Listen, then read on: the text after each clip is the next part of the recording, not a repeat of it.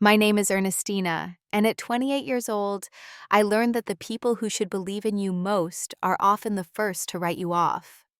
My father handed me a one-way plane ticket at my birthday party and told me to start over in a new city in front of 50 guests who pitied me. What he didn't know, what none of them knew, was that I was worth over $1.2 billion. And the company that paid his six-figure salary, I owned it. The look on his face when he found out is something I'll never forget. Before I tell you exactly how I made them realize their mistake, let me know where you're watching from in the comments below. Hit that like button and subscribe, because what happened next changed everything they thought they knew about me. I've lived two lives for the past 6 years, and I've gotten pretty good at keeping them separate.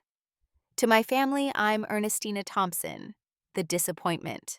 The struggling freelance graphic designer who barely makes $30,000 a year. The one who drives a beat-up 2009 Honda Civic with a dent in the rear bumper and rust spots on the doors.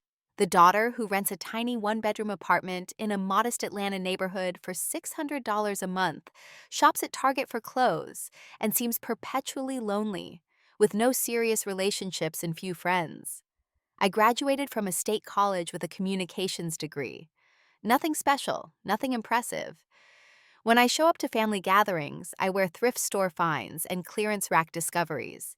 My hair is usually pulled back in a simple ponytail.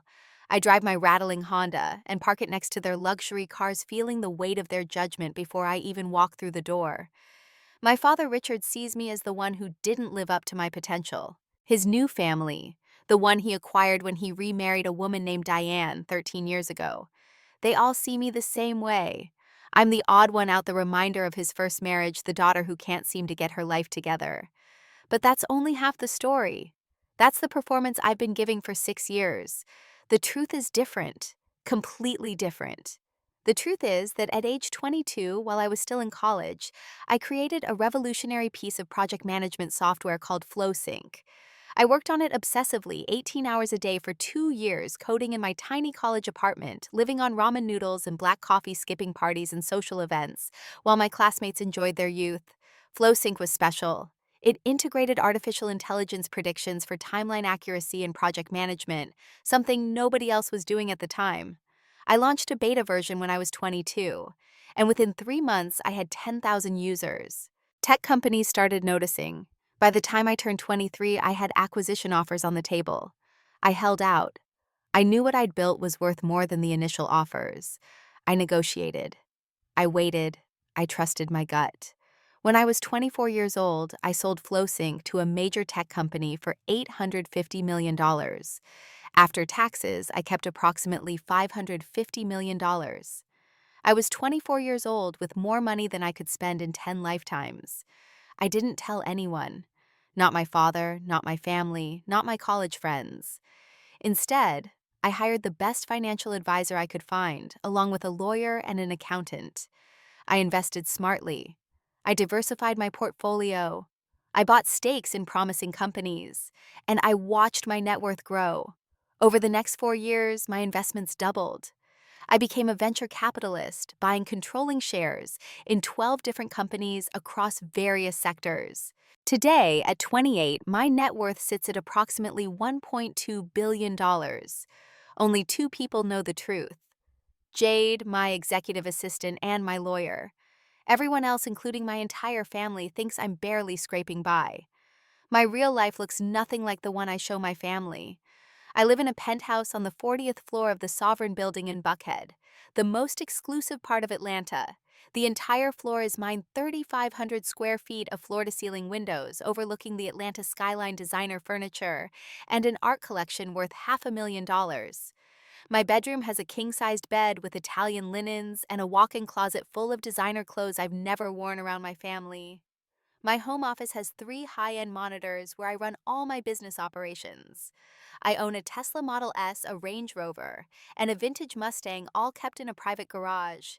I have a beach house in the Outer Banks and a mountain cabin in Aspen. I wear clothes from designers whose names my family wouldn't recognize, and jewelry that costs more than their annual mortgage payments. But the most important piece of my empire, the one that makes this whole story delicious, is Nexus Solutions. 3 years ago, I bought a 70% controlling share in a tech consulting firm called Nexus Solutions. I paid $140 million through a shell company called Thompson Ventures LLC.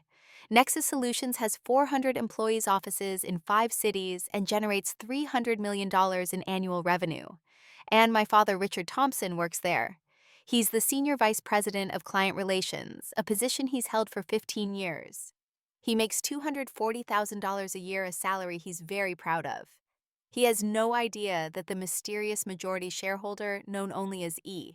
Thompson, the reclusive investor who conducts business through representatives and rarely attends meetings, is his own daughter. The daughter he dismisses, the daughter he pities, the daughter he's embarrassed by. I bought that company thinking that someday I'd reveal the truth, and he'd be proud of me. I imagined his face lighting up with respect and admiration. I thought it would bring us closer. I was wrong about a lot of things. My father is 61 years old now. My mother died when I was 12, lost to cancer after a brutal 2-year fight. My father remarried just 1 year later to a woman named Diane, who was 56 now and worked as an interior designer. Diane came with 2 children from her previous marriage, Autumn, who was 32, and Travis, who was 29. From the moment they moved into our house, I became invisible. Richard wanted to please his new wife, wanted to prove he could be a good stepfather to her children, wanted to build this perfect blended family. And somewhere in that equation, I got lost. Autumn became the golden child. She's a marketing director at a pharmaceutical company, engaged to a wealthy corporate lawyer named Gregory. Travis is a junior partner at a prestigious law firm. Both of them are successful, accomplished, and constantly praised by my father. Me, I'm the disappointment they whisper about at family gatherings. In recent years, those gatherings have become showcases for my step-siblings' achievements, while I sit quietly in the corner, enduring pitying looks and condescending advice. Nobody asks about my life with genuine interest. They ask with that tone, that patronizing sympathy that makes you feel 2 inches tall. My birthday was coming up. I was turning 28. Diane had called 2 weeks earlier to tell me she was planning a party at their house, a big celebration. I should come, she said. It would be nice, she said. I agreed to go like I always did. I showed up in my performance costume, my struggling artist persona, ready to play my role. I had no idea that this birthday would be different. I had no idea it would be the breaking point that changed everything. The party was on a Saturday, March 14th, early spring in Atlanta, when the weather couldn't quite decide between winter and warmth. My father and Diane lived in Brookhaven in a 5-bedroom colonial house that screamed upper-middle-class success. The kind of house with a manicured lawn and a 2-car garage, and neighbors who compared luxury vehicles. I drove my beat-up Honda, the one that made concerning noises whenever I accelerated too fast. I parked on the street between a Mercedes and a BMW, feeling the contrast like a physical weight. My car looked like it had been dragged through a junkyard. Their cars looked like they'd just rolled off the showroom floor. The party was supposedly for my birthday, but the decorations and energy told a different story. This was a showcase, a networking event, a chance for my father and Diane to show off to their friends and colleagues. I happened to have been born on a convenient date. I'd worn a simple navy dress from Target, $15 on clearance, and comfortable flats. My hair was pulled back in a low ponytail. No makeup except a bit of lip gloss. I looked exactly like what they expected, small, forgettable, struggling. Diane met me at the door with an air kiss that didn't actually touch my cheek. "Oh, honey, you're here," she said, with that bright fake enthusiasm that felt like nails on a chalkboard. She was wearing a designer dress and shoes that probably cost more than my supposed monthly rent. Inside the house was filled with people I mostly didn't know. 50 guests, maybe more. My father's colleagues from Nexus Solutions. Diane's wealthy friends from her interior design circles. My step-siblings' social network of successful young professionals. All of them holding wine glasses and making small talk about stock portfolios and vacation homes. The birthday cake was a small afterthought on a side table in the dining room, overshadowed by an elaborate catering spread and a full bar. The decorations were elegant but impersonal. Nothing about this party was actually about me. For the first 30 minutes, I drifted through the crowd like a ghost. People were polite when I introduced myself, but their interest died the moment they learned I was the daughter. Oh, the graphic designer, one of my father's colleagues, said his tone making it clear that graphic design ranked somewhere below sanitation work in his estimation of worthy careers. Diane's friends gave me pitying looks and bless your heart energy, that particular southern way of saying you're a disappointment without actually saying the words. Autumn held court in the living room with her fiancé Gregory, showing off her engagement ring to anyone who would look.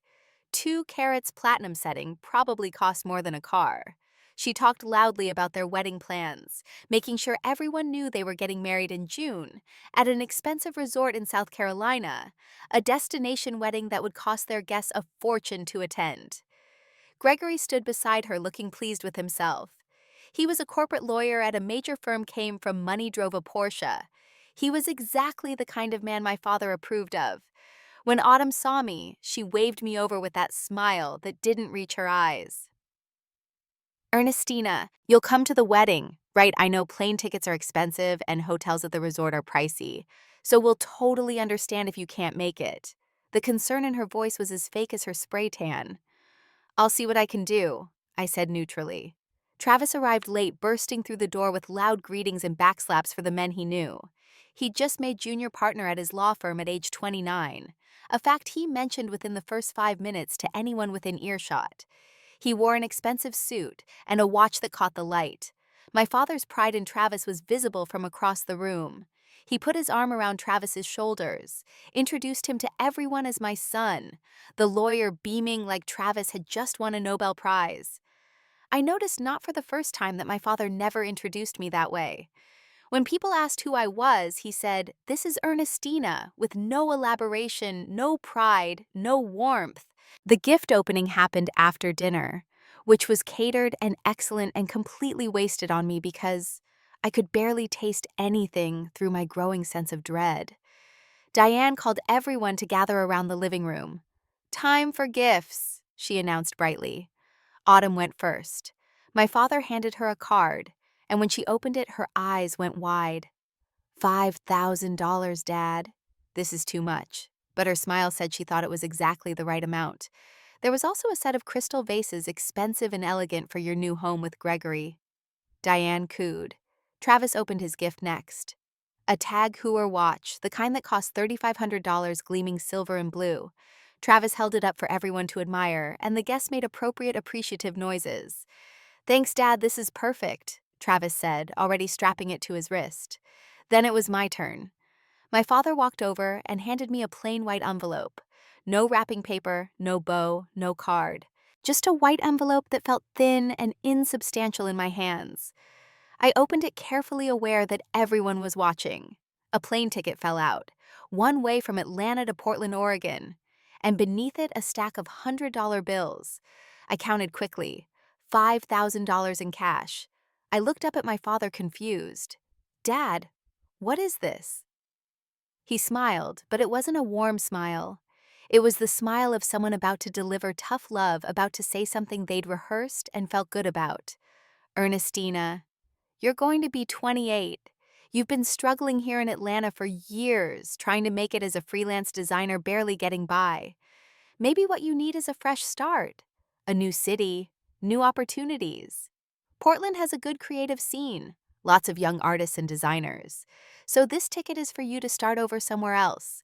The cash will help you get settled, find an apartment, get on your feet." The room went completely silent. I could feel 50 pairs of eyes on me, watching my reaction, witnessing my humiliation. Diane jumped in to support him. "Sometimes tough love is what people need. We've been enabling you for too long, letting you drift without purpose. This is actually a gift, sweetie, a chance to really find yourself." Autumn nodded, her voice dripping with condescension. "It's actually really generous, Ernestina. A lot of parents wouldn't help this much. They'd just let you figure it out on your own." Travis added his agreement. "Yeah, you're lucky Dad's still supporting you at your age. Most people have to be independent by now." My face burned. My hands shook. Tears threatened at the corners of my eyes, and I fought them back with everything I had. I would not cry in front of these people. I would not give them that satisfaction. My father continued, warming to his subject. "I think it's time you prove you can make it on your own without our help. without relying on family to bail you out every time things get hard. The implication was clear. I was a burden, a leech, someone who took and never gave back. Never mind that I rarely accepted anything from them, rarely asked for help, rarely even visited unless summoned. One of my father's colleagues, a man I'd never met before, leaned over to his companion and said just loud enough for me to hear how sad the daughter is a failure. A friend of Diane's whispered back, "Well, at least Richard is trying to help her." I stood there holding my one-way ticket and my dismissal money trying to form words. "Thank you," I finally whispered, because what else could I say? Make a scene, defend myself. Tell them they were wrong about me, not yet. I wasn't ready yet. I stayed another hour enduring more pitying looks and condescending advice about making it in Portland, about fresh starts and new beginnings, and how sometimes you just need to get out of your own way. People I didn't know gave me suggestions about cheap apartments and job boards and networking groups for struggling creatives. Finally, I claimed a headache and left. Nobody seemed disappointed to see me go. I drove home in my rattling Honda, gripping the steering wheel so hard my knuckles turned white. Tears fell freely now that I was alone, but they weren't tears of sadness. They were tears of pure, crystallized rage. I'd spent 6 years keeping my secret, thinking that someday I'd reveal it, and my father would understand, would respect me, would see me for who I really was. I'd bought his company thinking it would bring us closer, thinking he'd be proud when he found out. But tonight made everything clear. He would never respect me as long as he saw me as less than. As long as he could look down on me, pity me, dismiss me. Enough was enough. It was time to show them exactly who I was. It was time to stop hiding. The modest apartment in the cheaper part of Atlanta was just a shell, a stage set for my performance. I paid $600 a month for a place I barely used, kept it furnished with secondhand furniture and discount store decorations. I stayed there maybe once a week just to maintain the illusion, got my mail delivered, their kept-up appearances. But that night after the birthday party disaster, I didn't stay there. I packed a small bag, got in my beat-up Honda, and drove to where I really lived. The Sovereign building rose 40 stories into the Atlanta sky, all glass and steel and modern luxury. The concierge greeted me by name as I entered. "Good evening, Ms. Thompson." The doorman called a private elevator that went directly to the 40th floor. My floor. The entire floor. I stepped into my real home and felt the persona fall away like a discarded coat. This was me. This was real. Floor-to-ceiling windows showed the Atlanta skyline glittering in the darkness. My furniture was all designer pieces, carefully selected, expensive and beautiful. Original artwork hung on the walls, pieces from emerging artists I discovered and invested in, now worth hundreds of thousands of dollars. My kitchen had marble countertops and appliances I'd never cooked on, because I had a chef who prepared meals when I wanted them. My bedroom was at the far end of the penthouse, a sanctuary of soft grays and whites. The bed was massive, covered in Italian linens that cost more than my family thought I made in a month. The walk-in closet held rows of designer clothes shoes from Louboutin and Manolo Blahnik dresses from Armani and Valentino, all with tags still attached, because I'd never worn them anywhere my family might see. I went to my home office, the nerve center of my empire. 3 monitors displayed real-time data from my various investments. I had stakes in tech companies, real estate holdings, marketing firms, a dozen different revenue streams, all flowing into accounts my father couldn't imagine. I sat down at my desk and called Jade. She answered on the first ring. How was the party? I told her everything. The plane ticket, the cash, the public humiliation, the condescending advice from strangers. My voice shook with anger as I recounted my father's speech about me proving myself, about starting over, about not relying on family. When I finished, Jade was silent for a moment. Then she said, "They gave you a one-way ticket." "Are you kidding me? In front of 50 people, I confirmed. "Okay." Her voice turned sharp and focused, the tone she used when making business decisions. "What do you want to do?" "I'm done hiding," I said. "It's time they learned the truth." We talked for an hour, strategizing, planning, considering angles and approaches. Jade had an MBA from Stanford and a mind like a steel trap. She'd been working for me for 4 years, one of only 2 people who knew everything about my double life. "Do it through business," she suggested. "Hit them where it hurts most, their pride. Your father's whole identity is wrapped up in his job, his status at Nexus Solutions. He has no idea you own the company. Imagine his face when he finds out. The board meeting, I said, the idea crystallizing. There's one scheduled for 2 weeks from now, March 28th. All senior VPs have to attend. Perfect, Jade said. I'll make sure E. Thompson is on the agenda. Time for the mysterious majority shareholder to make an appearance. We finalized the plan. I would attend the Nexus Solutions board meeting as myself as E. Thompson and reveal my identity to my father in the most professional public setting possible. His colleagues would see. His world would shift. After I hung up with Jade, I sat at my desk and looked out at the Atlanta skyline. My empire, my city, my life. Tomorrow I'd start reviewing everything. My entire portfolio, every company I owned, every investment I'd made. I wanted to know exactly where I stood, exactly what power I had, exactly what moves I could make. Because this wasn't just about revealing my identity to my father. This was about sending a message to my entire family, to Autumn and Travis, to Diane, to everyone who'd ever looked at me with pity or dismissed me as a failure. The next morning, I made coffee in my gourmet kitchen and spread financial documents across my dining room table. The numbers were staggering, even to me. Nexus Solutions, the tech consulting firm where my father worked, 70% ownership, valued at $200 million. Annual revenue, $300 million. 400 employees. My father's salary, $240,000, came directly from profits I controlled. Silverline Marketing, a digital advertising agency, 40% ownership valued at $80 million. They handled campaigns for major brands. Cascade Real Estate Holdings, commercial properties across 3 states, 65% ownership valued at $350 million. 9 other companies in various sectors, each one profitable, each one growing. My investment accounts held stocks, bonds, cryptocurrency. Total liquid assets approached $400 million. Real estate beyond the penthouse, a beach house in the Outer Banks, worth $2.3 million, a mountain cabin in Aspen, worth $1.8 million. My vehicle collection, Tesla Model S, Range Rover Vintage, 1967 Mustang, all kept in a private garage facility where my family would never see them. The art collection in my penthouse, $500,000 in carefully selected pieces. I did the math again like I did every quarter. Total net worth approximately $1.2 billion. At age 28.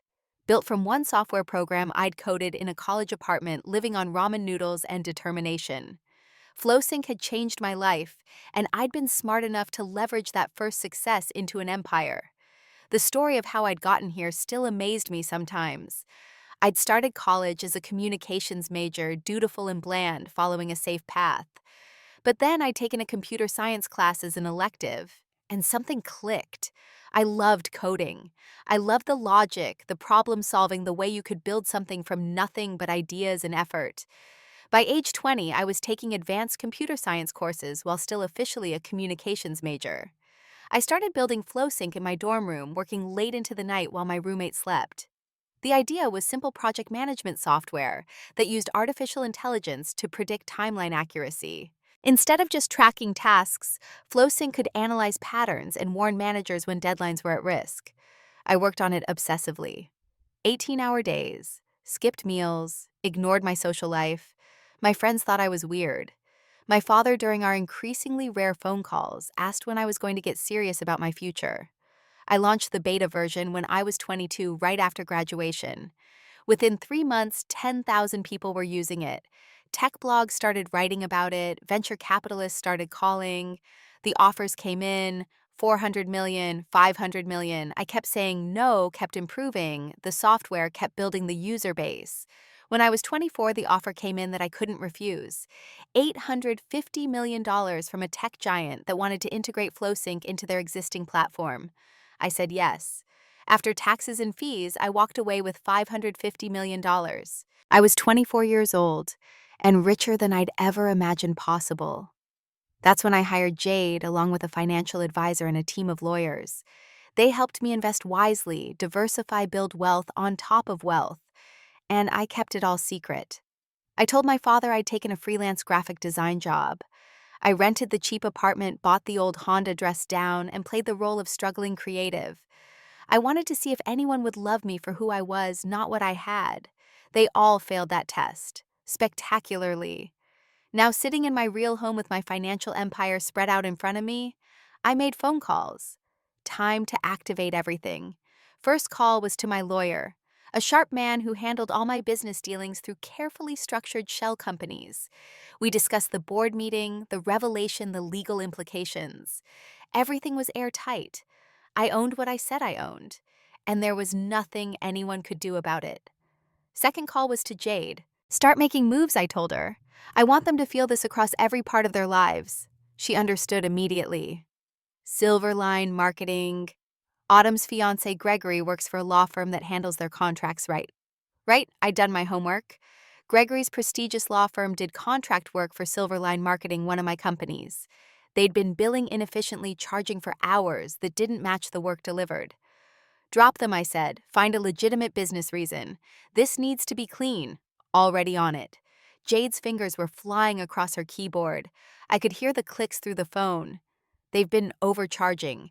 Billed 30 hours for a project that should take 15. That's grounds for termination. Perfect. Do it. Third move. Travis's law firm was pitching for new business with Cascade Real Estate Holdings, another of my companies. They wanted to handle our legal work, a contract worth $300,000 annually. How's their proposal? I asked Jade. She pulled it up. Adequate, not exceptional. Their competitor's proposal is stronger. Choose the competitor, I said. Merit-based decisions only. If Travis's firm was the best, I'd choose them. But if they're just adequate, why would I settle? Jade laughed. You're not messing around. 6 years of hiding, I said. 6 years of being dismissed and pitied and treated like a failure. I'm done. Over the next few days, I gathered information on all of them. Richard's performance at Nexus Solutions was actually quite good. He was well respected, brought in major clients, managed his team effectively. His numbers were solid.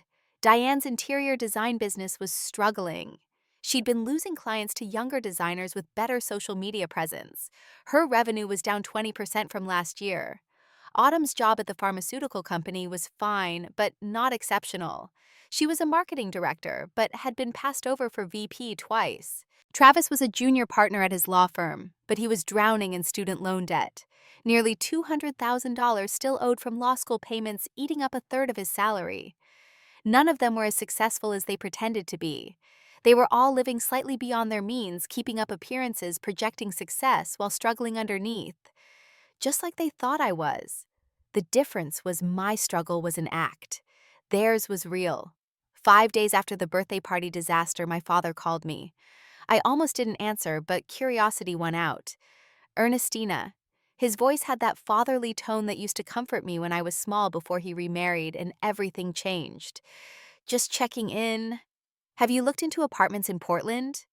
Use the ticket yet? I'm thinking about it, I said, keeping my voice neutral. Don't think too long. The ticket expires in 60 days. You need to make a decision. At your age, you can't keep drifting. You need direction. I have more direction than you know, Dad. He laughed, and the condescension in it made my jaw clench. Designing birthday party invitations isn't direction, honey. You need a real career, real stability. I bit back the response I wanted to give. Soon, I promised myself. Soon he'd know. Then he started complaining about work, not realizing he was complaining to the person who controlled his employment. Work has been crazy lately. This new majority shareholder at Nexus is shaking things up. Wants meetings, performance reviews, the whole 9 yards. Oh, I kept my voice carefully neutral. What's happening? This E. Thompson person, Richard said with clear frustration. Never even met them. They operate through lawyers and assistants, never show their face. Now suddenly they want board meetings and performance metrics and all this corporate oversight we've never had before. Sounds stressful, I said. I'm sure it'll be fine. Easy for you to say. You don't have a real job to lose. The words landed like a slap. They always did. But instead of hurting this time, they fueled the fire burning in my chest. We ended the call with me promising to think about Portland, and him promising to send me some links to apartment listings he'd found. After I hung up, I sat staring at my phone. My father had no idea he was complaining about me to me. No idea that the mysterious E. Thompson disrupting his comfortable work life was his own daughter. The family group chat, which I usually muted, started blowing up that afternoon. The chat was called Thompson Family, and it included Richard, Diane, Autumn, Travis, and me. I rarely participated, but I always read the messages. Autumn posted a photo of herself in a wedding dress, twirling in front of a mirror. Can't decide, Gregory says I look beautiful in all of them. The dress probably cost more than a used car. Diane responded immediately with heart emojis. You're glowing, sweetheart, Travis. Looking good, sis. Richard, so proud of you. Then Autumn typed a message clearly directed at me. BTW Ernestina, have you booked your flight to Portland, yet Dad told us about your big fresh start? Diane chimed in. It's really for the best, sweetie. Travis added. Yeah, change of scenery might help you figure things out. Autumn again. Maybe you'll meet someone successful there who can help you get on your feet. I took a screenshot of the entire conversation and saved it in a folder on my computer labeled Evidence. Then I typed my response. I'm working on something big. You'll see soon. Autumn replied with an eye roll emoji. Sure, whatever you say. Travis sent a laughing face. I put my phone down and smiled. They had no idea what was coming. Over the next week, Jade executed the business moves we'd discussed. Silverline Marketing sent official notice to Gregory's law firm that they were terminating their contract due to billing inefficiencies. The notice was professional, cited specific examples, and was completely legitimate. Gregory's firm would lose a $200,000 annual client. Cascade Real Estate Holdings completed their review of legal proposals and selected the competitor to Travis's firm. Again, completely legitimate. Their proposal was stronger, more detailed, better aligned with our needs. Travis's firm would lose the opportunity at a $300,000 account. I knew both pieces of news would hit my family soon.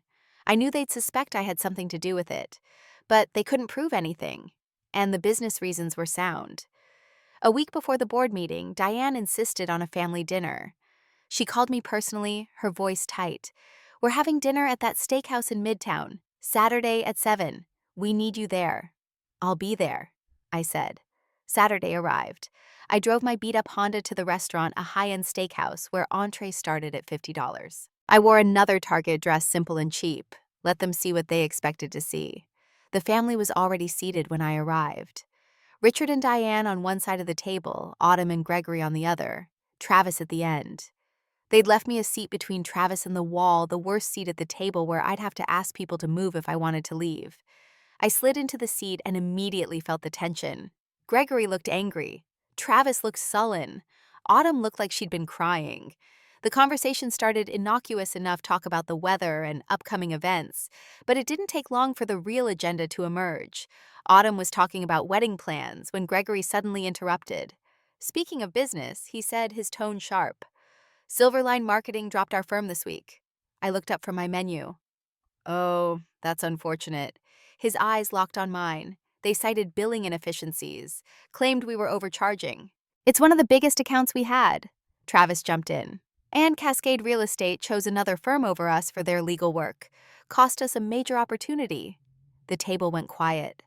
Everyone looked at me. What are you implying? I asked calmly.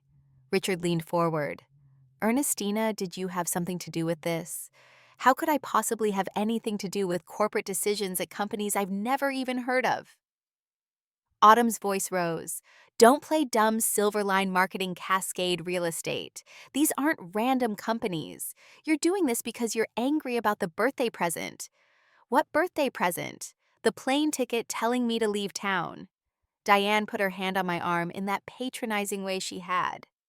Sweetie, if you're upset about how we handled things, we can talk about it. But you can't go around sabotaging people's careers because your feelings are hurt. I pulled my arm away. I'm not sabotaging anything. I'm a freelance graphic designer who barely makes $30,000 a year. Remember, how could I possibly affect major corporate contracts? They didn't have an answer for that, but the suspicion in their eyes was clear. The food arrived, and we ate in uncomfortable silence.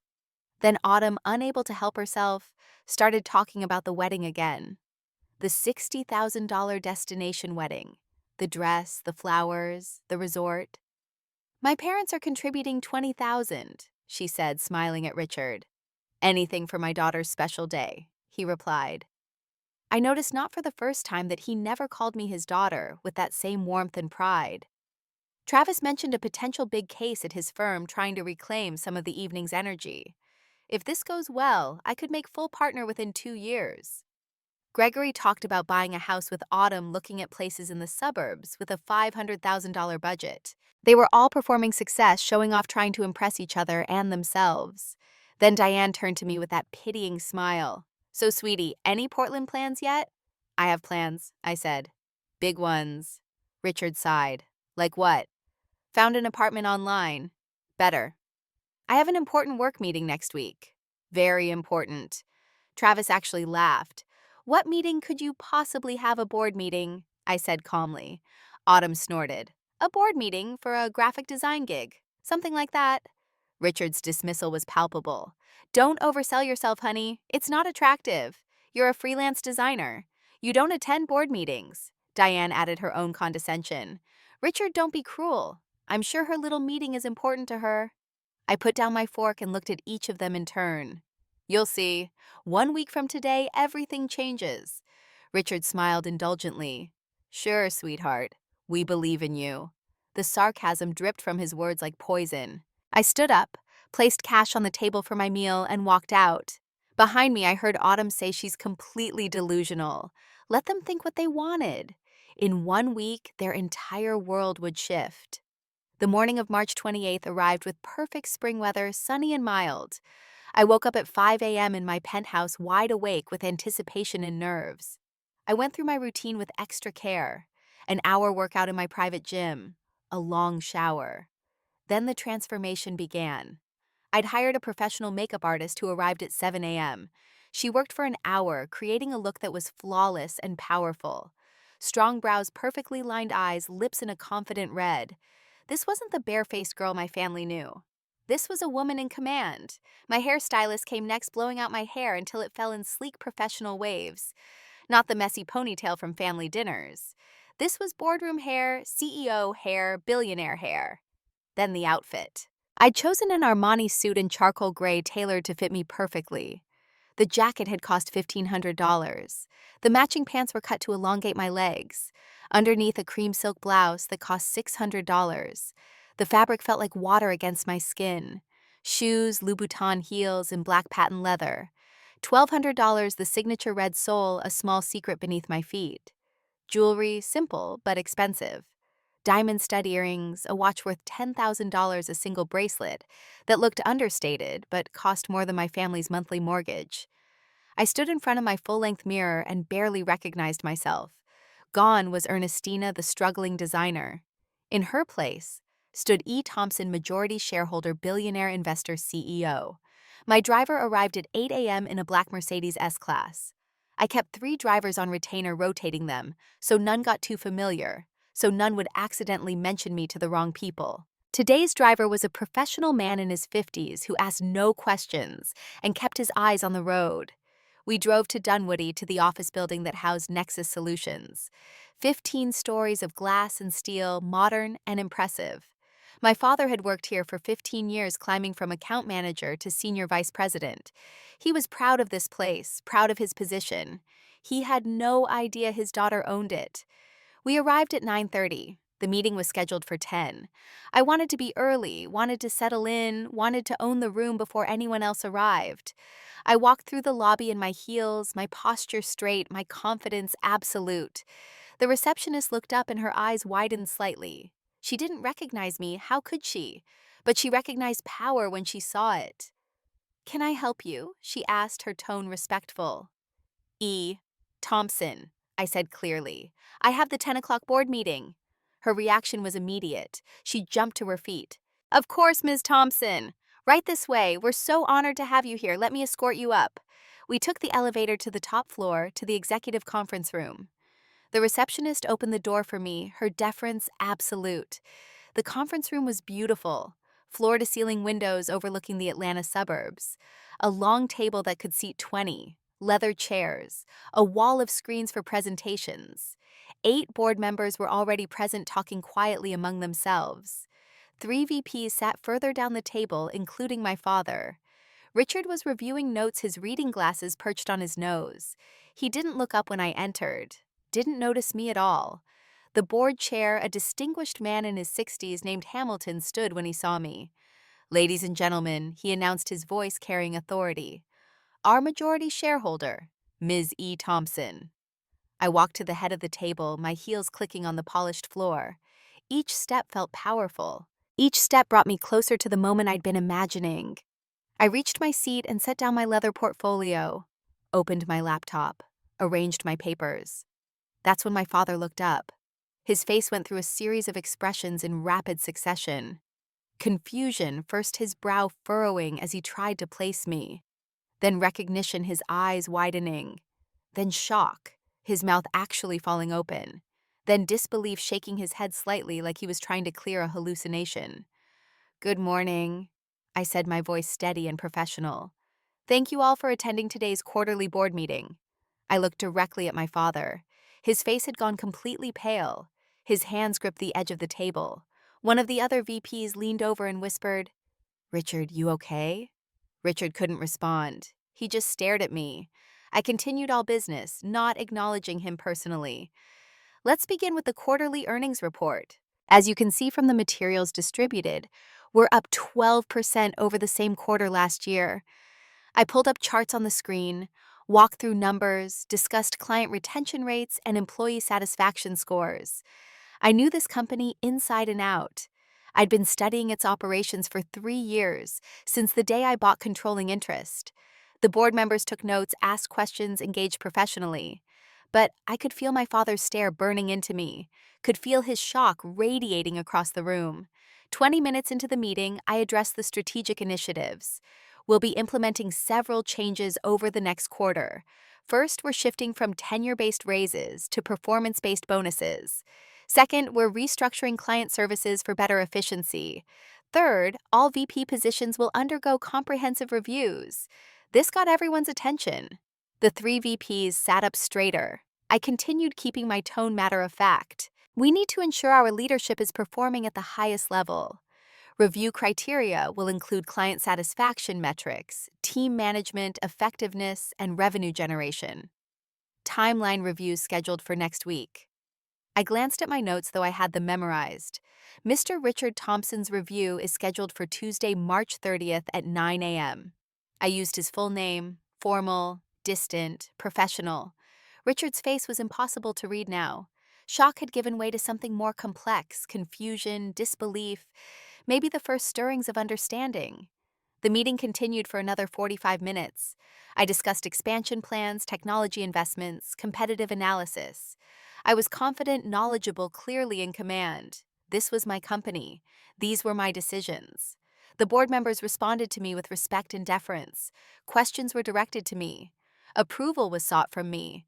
The power dynamics were crystal clear. When I finally adjourned the meeting, people stood gathering their papers and making small talk. That's when Richard rushed to the front of the room. "Ernestina." His voice cracked. "What? How? You own the company?" I kept my expression neutral, professional. "Mr. Thompson, we should keep this professional. You're my daughter and you're an employee of my company," I said calmly. "We'll discuss your performance review on Tuesday." How did you, he sputtered, unable to form complete sentences. The other VPs were watching now, confused and curious. One of them, a woman named Sandra, asked Richard, "You know Ms. Thompson?" Richard's humiliation was visible. She's my daughter."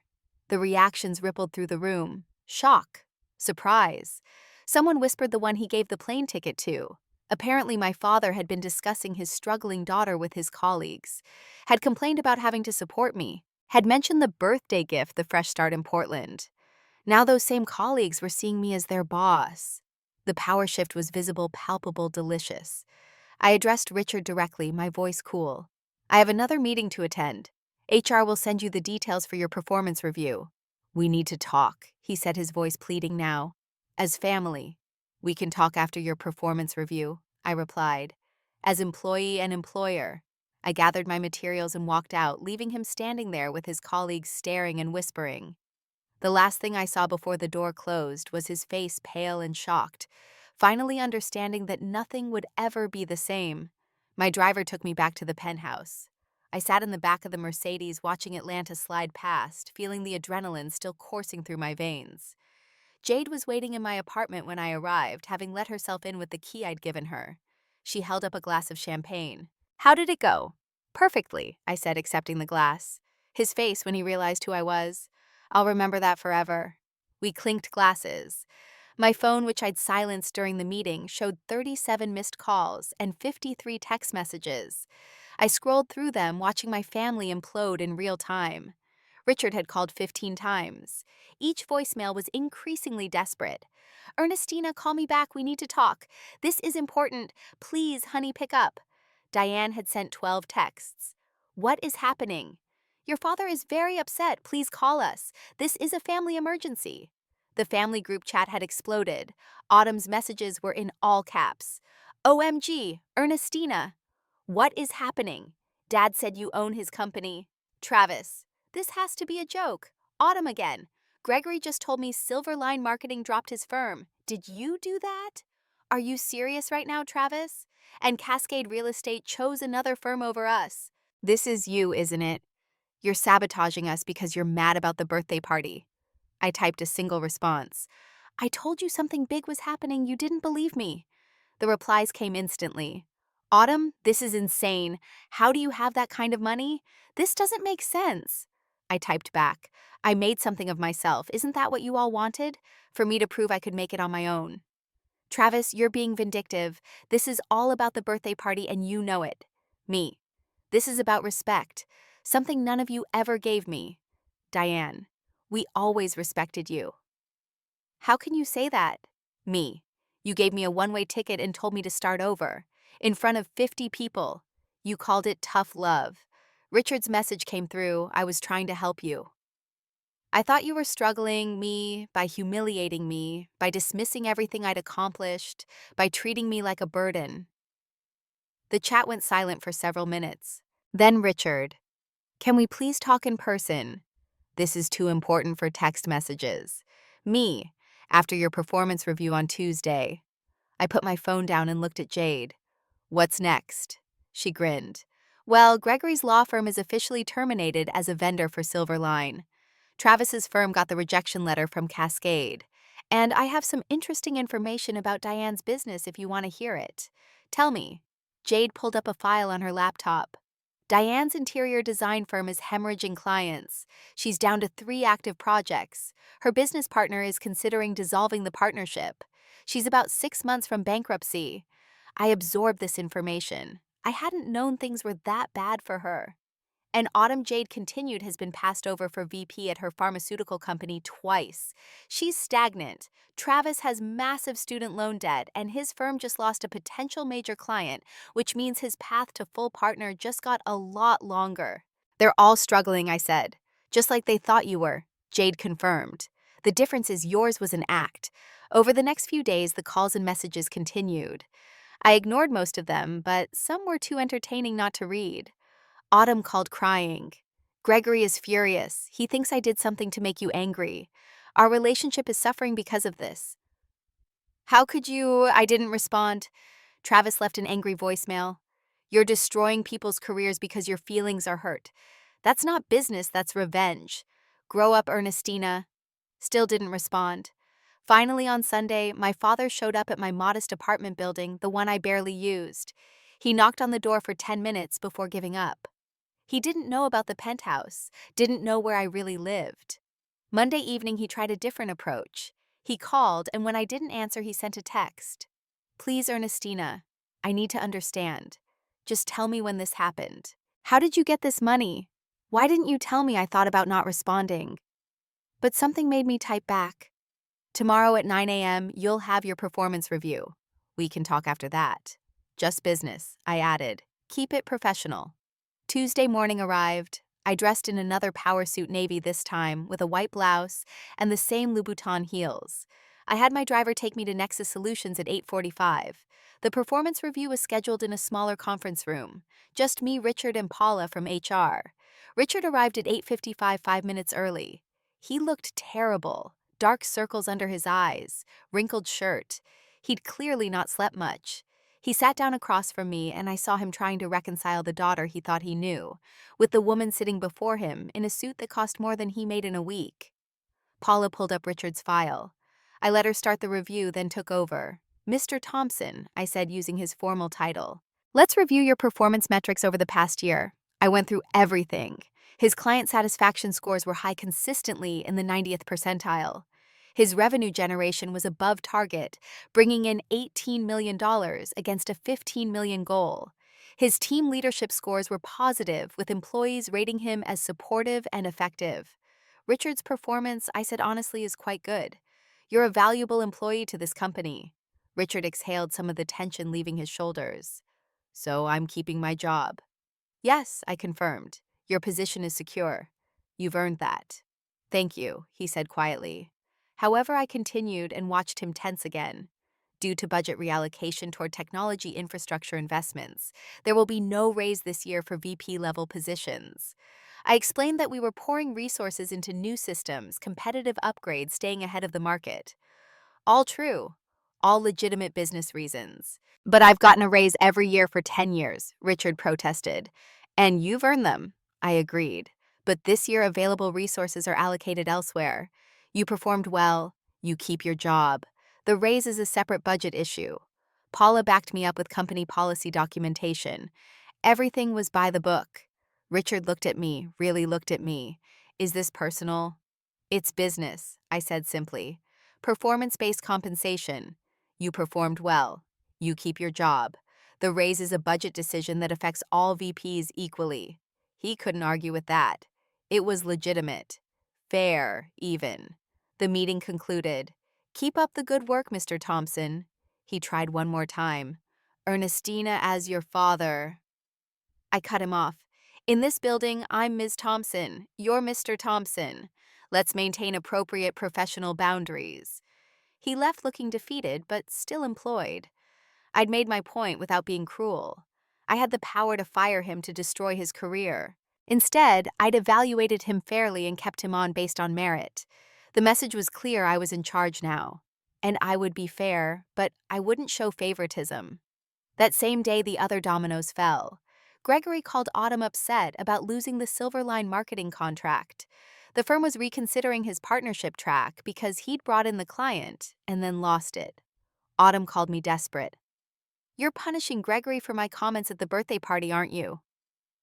I'm making smart business decisions, I replied calmly. His firm underperformed. They billed 30 hours for projects that should have taken 15. I don't pay for inefficiency. This was actually true. When I'd reviewed the billing records, Gregory's firm had been consistently overcharging. The termination was justified. This is because of the wedding comments Autumn insisted. This is because they were stealing from my company through inflated bills, I corrected. Would you keep a vendor who was robbing you? She had no answer. Travis called later that week, angry about Cascade Real Estate. Choosing the competitor firm. You rigged this. You made sure we didn't get the contract. I chose the best firm, I said. Isn't that what a good business person does? We had a solid proposal. You had an adequate proposal. The other firm's was exceptional. Why would I choose adequate when I can have exceptional? Because I'm your brother. Stepbrother, I corrected.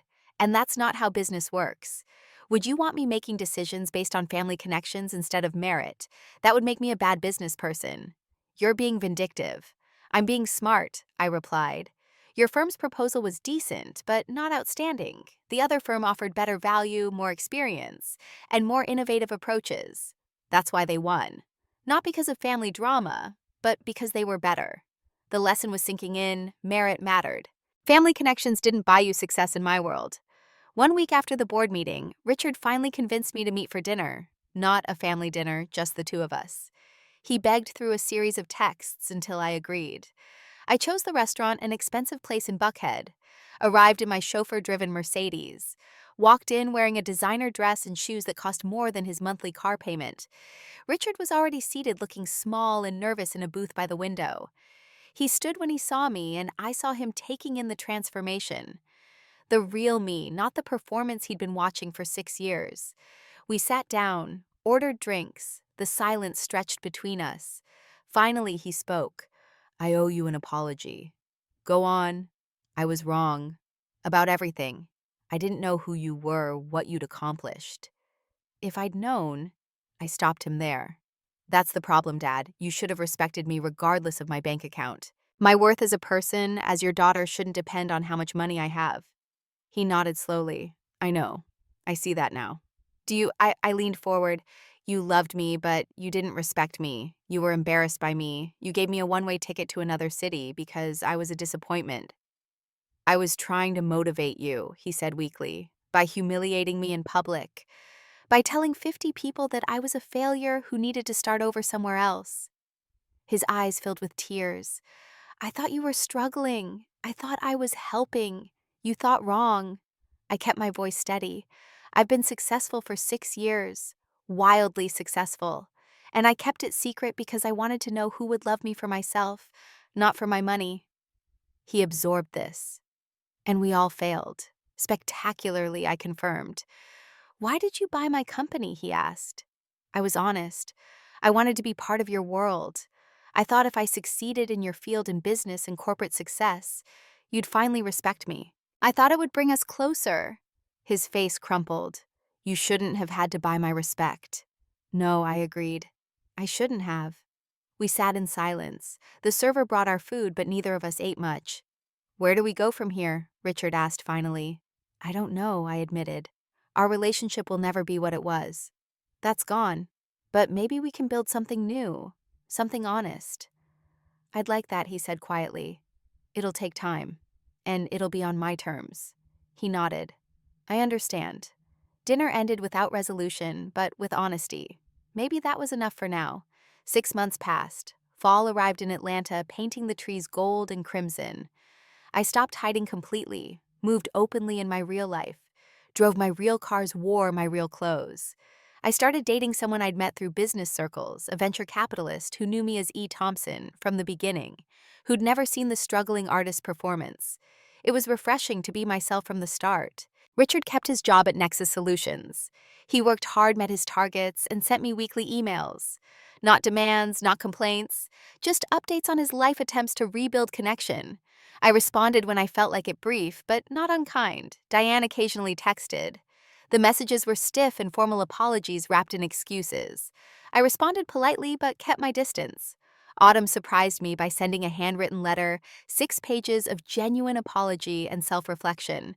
She acknowledged her cruelty, her condescension, her complete failure to see me as anything more than someone to look down on. She didn't ask for forgiveness, just said she was sorry.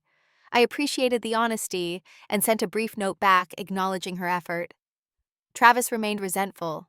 We hadn't spoken since I'd explained the Cascade real estate decision.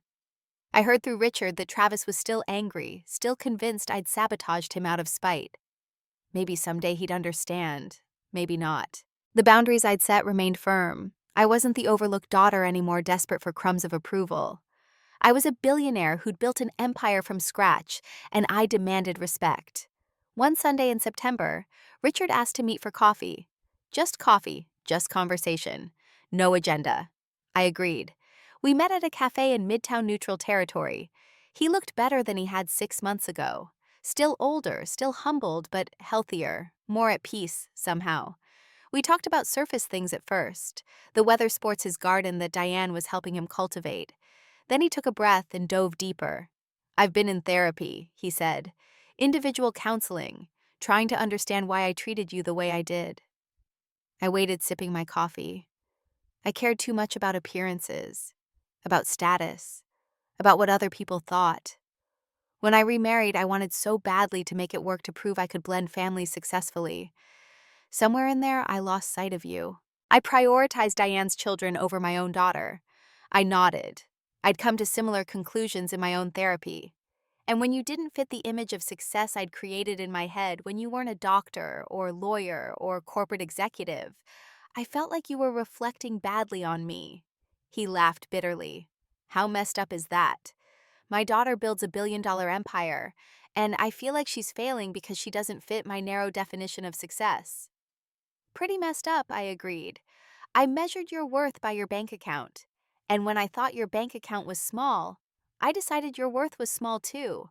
That's the most shameful thing I've ever done. Why did you buy my company? He asked again, genuinely curious this time. I told him the truth. I wanted to matter in your world. Business, corporate success, that's what you respected. So I mastered it. I bought your company thinking that someday I'd reveal myself and you'd finally see me as valuable. And instead I learned that respect demanded through money isn't really respect at all. We sat with that for a while. Can you ever forgive me? He asked. I thought about it. Maybe. Eventually. But our relationship will never be what it was. You broke something fundamental when you chose to humiliate me instead of support me. I know, he whispered. I know I did. We can rebuild, I offered. Something new. Something based on who we really are now, not who we were or who we pretended to be. I'd like that, he said. We finished our coffee. When we left, he asked if he could hug me. I let him briefly. It wasn't the comfortable embrace of father and daughter. It was the careful hug of two people learning to trust each other again. As I walked to my car, my real car, the Tesla, I thought about the journey I'd been on. From overlooked daughter to secret billionaire to public success. From seeking approval to demanding respect. From hiding to standing fully in my truth. I'd learned that the people who underestimate you don't get to define you. I'd learned that your worth isn't measured by anyone else's approval. I'd learned that sometimes you have to walk away from relationships, even family relationships, to protect yourself. But I'd also learned that healing is possible. Not forgetting, not erasing the past, but building something new on top of the rubble. I still had the plane ticket my father had given me framed now and hanging in my office. Portland one way with $5,000 cash. A gift meant to send me away to get me out of their lives, to let them move on without the burden of a disappointing daughter. Instead, it became a reminder. A reminder that someone trying to push you out of their life might actually push you to fly. But on your terms, not theirs. I built my empire in secret thinking I needed to prove myself before anyone would value me. What I learned is that I didn't need to prove anything. I was valuable all along. The money just gave me the power to make them see it. My father still works at Nexus Solutions. He's a good employee, hardworking and dedicated. I'm a fair boss, demanding but reasonable. We email regularly now, talking about business and slowly, carefully trying to talk about life. Maybe someday we'll have a real father-daughter relationship again. Maybe we won't. Either way, I'm okay. I learned to value myself when nobody else did. And that's a lesson that changed everything. The greatest gift my father ever gave me wasn't the plane ticket or the money, or even the love he'd shown me as a child. The greatest gift was teaching me through his betrayal that I didn't need his approval to be valuable. I just needed to believe in myself. And now I do. Have you ever been underestimated by people who should have believed in you? Have you had to prove yourself to family who dismissed you, who made you feel small, who couldn't see your worth? I'd love to hear your stories in the comments below. Sometimes sharing our experiences helps us realize we're not alone in this struggle. If this story resonated with you, if you've ever felt overlooked or dismissed by people who should have supported you, please hit that like button. Subscribe to this channel so you don't miss more stories about overcoming adversity and finding your own strength. And share this with someone who needs to remember that their worth isn't determined by anyone else's opinion. Share it with someone who's still fighting to be seen, to be heard, to be valued. Thank you for listening to my story. Thank you for being here, for witnessing this journey from dismissal to triumph. Remember, the people who underestimate you don't get to define you. You define yourself. And sometimes the best revenge isn't revenge at all. It's living well, succeeding on your own terms, and becoming so undeniably successful that they can't ignore you anymore. Wishing you all the courage to know your worth, the strength to demand the respect you deserve, and the wisdom to walk away from anyone who can't see how valuable you truly are. Your worth isn't measured by their approval. It never was.